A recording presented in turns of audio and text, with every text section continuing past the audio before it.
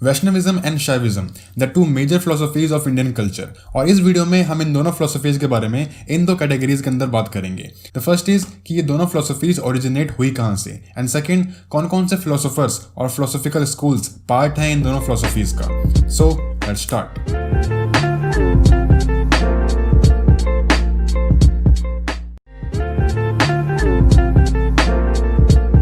Now, before talking about the origins, it is important to understand that what are these two philosophies in general. क्योंकि हम लोगों को daily life में इनको practice करते हुए देखते तो हैं, but we still can't differentiate कि कौन से लोग कौन से फिलोसफी को फॉलो करते हैं। And it is because of the obvious reasons, जो कि आप कुछ मिनट में जान जाएंगे। हालांकि वैष्णविज्म और शैविज्म दोनों ही भक्ति मूवमेंट से पहले इवॉल्व हो चुके थे, मगर इनको पॉपुलराइज करने का और ग्राउंड लेवल पे लोगों तक पहुंचाने का काम भक्ति मूवमेंट ने किया था। भक्ति मूवमेंट के पहले हिंदुइज्म इतना ज़्यादा कॉम्प्लिकेटेड और इतनी सारी फिलोसफीज में बढ़ चुका था कि कॉमन पीपल को ये समझने में बहुत प्रॉब्लम होने लगी थी कि उन्हें कौन सा पाथ फॉलो करना चाहिए और कौन सा नहीं, क्योंकि उस वक्त तक सारी रिचुअल्स की इन्फॉर्मेशन और स्पिरिचुअल नॉलेज केवल प्रीस्टहुड के हाथों में सिमट के रह गई थी। Therefore it was the saints of भक्ति मूवमेंट जिन्होंने मोनोथीइज्म के जरिए भगवान तक पहुंचने का और उनकी पूजा करने का सपना और मोक्ष प्राप्त करने की इच्छा को एक कॉमन पर्सन तक ले जाने का काम किया। और इसी टाइम पीरियड में saints like Ramanujacharya, Madhva, Ramanand, Kabirdas, Tulsidas, Mirabai, Lord Chaitanya Mahaprabhu जैसे लोगों ने अपने ज्ञान और फिलोसफीज का प्रचार प्रसार करना शुरू किया। और उस टाइम के ज्यादातर सेंट्स को दो कैटेगरीज में समझा जा सकता है, क्योंकि दोनों ही मोनोथेइज्म यानी केवल एक ही भगवान की भक्ति की बात करते हैं, मगर दोनों के लिए वो भगवान की कल्पना और भक्ति का तरीका अलग अलग है। एक कैटेगरी लॉर्ड विष्णु को यूनिवर्स का क्रिएटर, सस्टेनर और डिस्ट्रॉयर मानती है, जिनके डिवोटीज को वैष्णवाइट्स कहते हैं, और दूसरी कैटेगरी लॉर्ड शिवा को क्रिएटर, सस्टेनर एंड डिस्ट्रॉयर मानती है, और इनके डिवोटीज को शैवाइट्स कहते हैं। मगर उन सेंट्स का मोनोथीइज्म का कॉन्सेप्ट आज के टाइम में ज़्यादा रेलेवेंट नहीं है। इनफैक्ट इंडियन लोगों को मोनोथीइज्म सिखाना is next to impossible, and therefore what we see is with some exception लगभग हर इंडियन फैमिली लॉर्ड विष्णु और लॉर्ड शिवा दोनों की भक्ति करते हैं, और इसीलिए आज इनमें फर्क कर पाना बहुत डिफिकल्ट है। बट स्टिल कुछ चीजें हैं जिनसे आप डिफ्रेंशिएट कर सकते हो, जिसमें first is the Tilak. Shaivites लोग त्रिपुंड तिलक लगाते हैं और वैष्णवाइट्स लोग ऊर्ध्व पुंड तिलक लगाते हैं। सेकेंड, मोस्टली सारे वैष्णवास वेजिटेरियन होते हैं and Shaivites easily non veg मिल जाएंगे, but again exceptions are always there. Now talking about our first category, the origins of Shaivism and Vaishnavism. Shaivism को इतना महान इसलिए नहीं माना जाता क्योंकि ये दुनिया का ओल्डेस्ट रिलीजन है। इसे महान इसलिए माना जाता है क्योंकि ये ओल्डेस्ट लिविंग रिलीजन है, जिसे मिलियंस ऑफ पीपल अभी भी प्रैक्टिस करते हैं। हालांकि स्कॉलर्स में शैविज्म को लेकर दो मत हैं। वेस्टर्न स्कॉलर्स जैसे सर जॉन मार्शल, जी.यू. पोप और जी. स्लेटर जैसे लोगों का ये ओपिनियन है कि Shaivism is pre Aryan and pre Vedic, क्योंकि शिवा के एविडेंसेस हमें वेदों से पहले मोहनजोदारो और हड़प्पा सिविलाइजेशन में मिलते हैं, और हम लॉर्ड शिवा की हिस्ट्री को चालकोलिथिक एज तक ट्रेस कर सकते हैं, जिसे वो अपनी थ्योरी आर्यन इन्वेजन से पीछे जाकर लॉर्ड शिवा को इंडिजिनस ड्रेविडियन ट्रेडिशन से लिंक करते हैं और आर्यन एंड ड्रेविडियन डिवाइड को हाईलाइट करते हैं। ना दूसरे स्कॉलर्स जैसे के Neelkanth Shastri have a counter opinion, जहां वो शैविज्म की वैदिक ओरिजिन की एडवोकेसी करते हैं। उनके अकॉर्डिंग ऋग्वेद में मेंशन डेटी रुद्र को लॉर्ड शिवा के साथ एसोसिएट किया जा सकता है। ऋग्वेद में रुद्र को एटमॉस्फेरिक गॉड बताया गया है, जो कि बहुत फियर्स, डिस्ट्रक्टिव और फिजिकली अट्रैक्टिव हैं। साथ ही साथ उनको डिस्ट्रक्टिव पावर्स ऑफ नेचर जैसे storms, lightning and forest fires के साथ भी एसोसिएट किया गया है। इसके अलावा हमें लॉर्ड शिवा का इवोल्यूशन यजुर्वेद में देखने को मिलता है, जहां लॉर्ड शिवा को 100 नेम्स दिए गए हैं, जिसमें से पशुपति, नीलग्रीव और सीतिकंठ इंपॉर्टेंट है। श्वेताश्वत्र उपनिषद में शिवा को Mahadev and Lord of mountains बोला गया है। महाभारत में शिवा का रेफरेंस हिमालयन माउंटेन किंग की डॉटर उमा के साथ हुई उनकी मैरिज से दिया जाता है, जबकि रामायण में शिवा को गंगा के ओरिजिन से एसोसिएट किया जाता है। और पौराणिक लिटरेचर्स जैसे पद्म पुराण में शिवा को अर्धनारीश्वर मतलब mixture of male and female principle से डिस्क्राइब किया गया है। अब ये सब तो ठीक है, but why do we create the picture of Shiva in our mind as a destroyer और डिस्ट्रक्टर? हमें ये पता कहाँ से चलता है कि हमें उनकी पिक्चर अपने दिमाग में किस तरह बनानी चाहिए? एंड नॉट जस्ट शिवा, किसी भी गॉड की एब्सोल्यूट पर्सनैलिटी के बारे में हमें एपिक्स और पुरानाज में दिए गए उनके एनेक्डोट्स और लेजेंड्स से पता लगता है। और लॉर्ड शिवा को हर एनेक्डोट में उनको असुरों को एनहाइलेट करते हुए या उनका विनाश करते हुए दिखाया गया है, और इसी वजह से उनको गॉड ऑफ डिस्ट्रक्शन के रूप में समझा गया है। नाउ वैदिक रुद्र और इंडिजिनस शिवा का ये फ्यूजन श्वेताश्वत्र उपनिषद तक आते आते वेदों में पूरी तरह से एब्जॉर्ब हो गया था। और शिवा को महादेव बोला जाने लगा। किसी फॉरेनर द्वारा पहली बार शिवा का मेंशन एंशिएंट ग्रीक डिप्लोमेट मेगास्थेनस की बुक इंडिका में मिलता है, जो गुप्ता पीरियड में इंडिया आए थे और उस वक्त शिवा वर्शिप की इंपॉर्टेंस भारत में बहुत ज्यादा थी। Now the origin of Vaishnavism. Vaishnavism का जिक्र इतिहास में अलग अलग तरीकों से देखने को मिलता है। खास तौर पे वैष्णविज्म ट्रेडिशन के सुप्रीम लॉर्ड विष्णु का जिक्र सीधा वेदों में गॉड विद 3 स्ट्राइड्स के रूप में मिलता है। इसके अलावा लॉर्ड विष्णु के 3 डिफरेंट फॉर्म्स भी बहुत पॉपुलर हैं, जिनमें से पहला है concept of Narayana, the cosmic and philosophic God. Second है वासुदेव, द हिस्टोरिकल गॉड। और तीसरे हैं Krishna, the pastoral God. Vaishnavism के कई ओरिजिन बताए जाते हैं। कुछ लोगों का मानना है कि वैष्णविज्म सीधा वेदों में मेंशन्ड लॉर्ड विष्णु से निकल के आया है। वहीं कई लोग ये भी कहते हैं कि ये भागवतम के आने के बाद शुरू हुआ है, जबकि साउथ में वैष्णविज्म को मानने वाले इसको पांड्या कंट्री को कोलोनाइज करने वाले वर्षनी ग्रुप के एक सेक्शन मदुरई के यादवास द्वारा शुरू किए गए कृष्णा कल्ट से रिलेट करते हैं। हालांकि कुछ लोग ये भी कहते हैं कि Vishnu cult ancient Tamil period में मुल्लई रीजन में शुरू हुआ था, जिनके गॉड को पेरुमल कहा गया है। पंचरत्न और वैकानास अगामास वैष्णविज्म के कुछ इंपॉर्टेंट रिलीजियस लिटरेचर्स हैं, जहां पंचरत्न में पूजा करने का तरीका, ध्यान करने का तरीका, योग और क्रिया के बारे में बताया गया है। वहीं वैकानास अगामास में मंदिर और मूर्ति बनाने के डिटेल्ड इंस्ट्रक्शंस दिए गए हैं।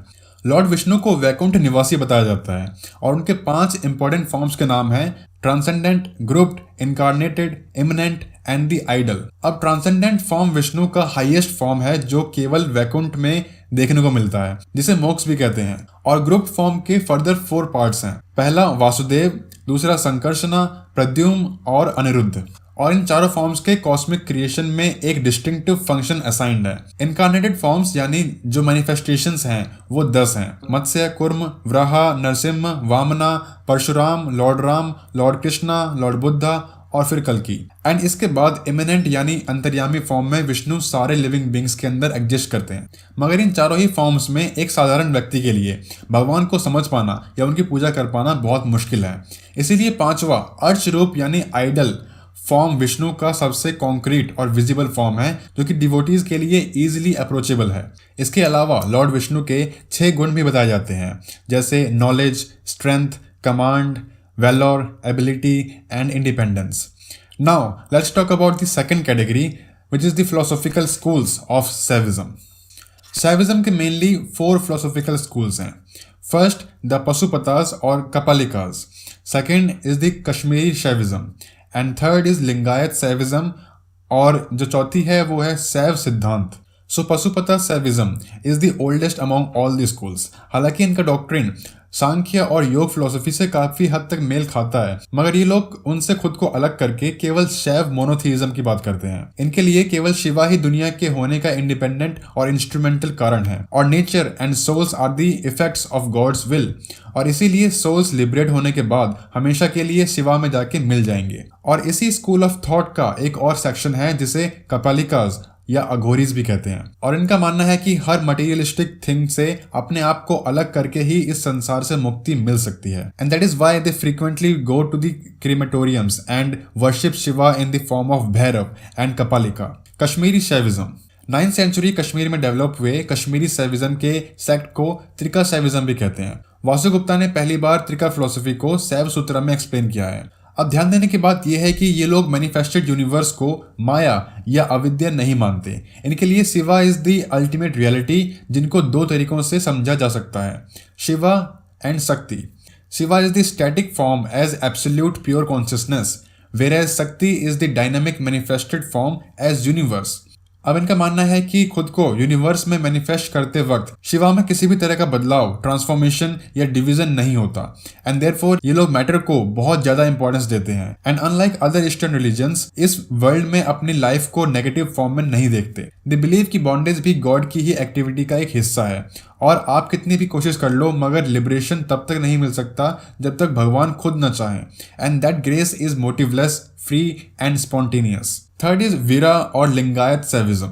Lingayat Shaivism during 12th century Karnataka के नॉर्थ वेस्टर्न पार्ट में शुरू हुआ था। श्री बसवेश्वरा को इस सेक्ट का फाउंडर माना जाता है, जो ट्रेडिशनल हिंदू रिचुअल्स के बहुत बड़े आलोचक थे, खासतौर पे सेक्रेड थ्रेड सेरेमनी के। इस सेक्ट में कास्ट डिस्क्रिमिनेशन नहीं मिलेगी और विमेन को मोस्टली इक्वल स्टेटस दिया जाता है। ये लोग सिर्फ और सिर्फ लॉर्ड शिवा में बिलीव करते हैं और गले में एक शिवलिंग की माला पहनते हैं which is considered as the symbol of concentration of fire and light. इनके लिए फायर इतनी ज्यादा सीक्रेट है कि ये किसी डेड बॉडी को जलाने के बजाय दफनाते हैं। And the fourth is Shiva सिद्धांत।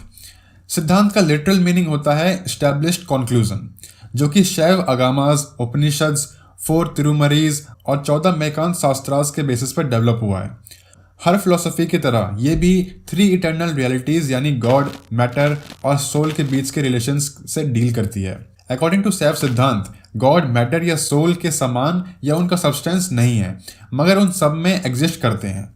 एक सोल मैटर के बॉन्डेज और 3 स्टेन्स ऑफ नेचर की वजह से इम्प्योर हो जाता है and God by his grace rescue them for liberation. शैव सिद्धांत भी गॉड के स्टैटिक और डायनेमिक फॉर्म की बात करता है। स्टैटिक मतलब शिवा एंड डायनेमिक मतलब शक्ति। इस फिलोसफी में खास तौर पे 3 कॉन्सेप्ट्स पे फोकस किया जाता है, पति, पशु और पाशा। पाशास नेचर की वो 3 मलाज या इम्प्योरिटीज हैं जो एक इंडिविजुअल सोल को अपने ट्रू नेचर यानी शिवा नेचर से इग्नोरेंट रखती है। ये 3 इम्प्योरिटीज हैं अनावा यानी इगोइज्म, कर्म यानी एक्शंस जिनके कॉन्सिक्वेंसेस होते हैं, एंड थर्ड इज द माया और डिल्यूजन। और ये तीनों मिलके अनाव माला बनाते हैं जो इंडिविजुअल सोल को पशु यानी एनिमल फॉर्म में बनाए रखता है। मगर जो इम्प्योरिटीज शुरुआत में इग्नोरेंस का कारण होती है, उन्हीं के जरिए लिबरेशन पॉसिबल है। अगर हम कर्म को इंस्ट्रूमेंट ऑफ करेक्शन, माइंड को इंस्ट्रूमेंट ऑफ नॉलेज और बॉडी को इंस्ट्रूमेंट ऑफ एक्शन के फॉर्म में यूज करें तो। मगर ये प्रोसेस को हमें खुद से करने में मिलेनियल्स का टाइम लग जाएगा and this is what the प्रकृति इंटेंड्स टू अचीव। इसीलिए जीव को इफेक्टिव मीन्स खोजना पड़ता है लाइक एन एनलाइटेंड सोल या एक गुरु जो इंडिविजुअल सोल को पशु यानी एनिमल फॉर्म से निकाल के पति यानी लॉर्ड फॉर्म में लेके जाता है। Now the philosophers of Vaishnavism. Vaishnavism philosophy के जो अर्ली फिलोसोफर्स हैं उनमें सबसे पहले रामानुजाचार्य और माधवा का नाम आता है। रामानुजाचार्य ने भक्ति मार्ग को डिफाइन किया है as a process which leads to a state of bliss. इनके according God has a personality और ये पूरा क्रिएशन गॉड की पर्सनैलिटी का एक एक्सप्रेशन है जो उनकी primal need to love and be loved को हाईलाइट करता है। अपनी मोनोइज्म फिलोसफी में रामानुजा कहते हैं कि एक सोल आफ्टर लिबरेशन और गॉड में मिलने के बाद भी अपनी इंडिविजुअल आइडेंटिटी लूज नहीं करता। वहीं माधवा का कहना है कि गॉड, सोल और मैटर हमेशा से अलग अलग हैं और लिबरेशन का मतलब भगवान के साथ एक हो जाना नहीं है बल्कि उनके क्लोज जाके हमेशा के लिए उनकी ग्लोरी पे कंटेम्पलेट करना है, जिसे डॉक्ट्रिन ऑफ डुअलिज्म भी कहा जाता है। रामानुजा के बाद 12th सेंचुरी में निम्बर्क सेंट आते हैं जिनके डॉक्ट्रिन को भेद भेद या द्वैत अद्वैत कहा गया है, मतलब duality in unity. Now this is little complicated to understand. Nimbarka के अकॉर्डिंग ब्राह्मण कंट्रोलर है, सोल एक्सपीरियंसर है और मैटर एक्सपीरियंस ऑब्जेक्ट है। ब्राह्मण इंडिपेंडेंट बीइंग है जबकि सोल और मैटर डिपेंडेंट है और इन दोनों के बीच का relation natural difference and non difference पे बेस्ड है। इसको समझने का 2 तरीका है। पहला, सोल और मैटर ब्राह्मण से अलग है क्योंकि उनका अपना अलग एग्जिस्टेंस है और वो किसी पे डिपेंडेंट हैं, जिसे परतंत्र सत्ता भाव कहते हैं। और दूसरा तरीका कि वो एक दूसरे से अलग नहीं है क्योंकि उनमें से कोई भी दूसरे के बिना एग्जिस्ट नहीं कर सकता, जिसे स्वतंत्र सत्ता भाव कहा गया है। अब इसके लिए एक एग्जाम्पल दिया गया है क्ले पॉट का।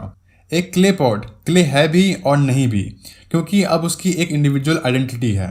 सिमिलरली एक इंडिविजुअल सोल लिबरेशन के बाद अपनी आइडेंटिटी लूज नहीं करता और लिबरेशन अटेन करने के 5 तरीके दिए गए हैं: कर्म, ज्ञान, उपासना, प्रपत्ति और गुरुपसत्ति, जिसमें सबसे ज्यादा इंपॉर्टेंस डिवोशन को दिया गया है, जिसके 2 टाइप्स हैं: ऐश्वर्य प्रधान भक्ति यानी गॉड की ग्रेटनेस को रिकॉग्नाइज करना और माधुर्य प्रधान भक्ति यानी गॉड की स्वीटनेस को रिकॉग्नाइज करना।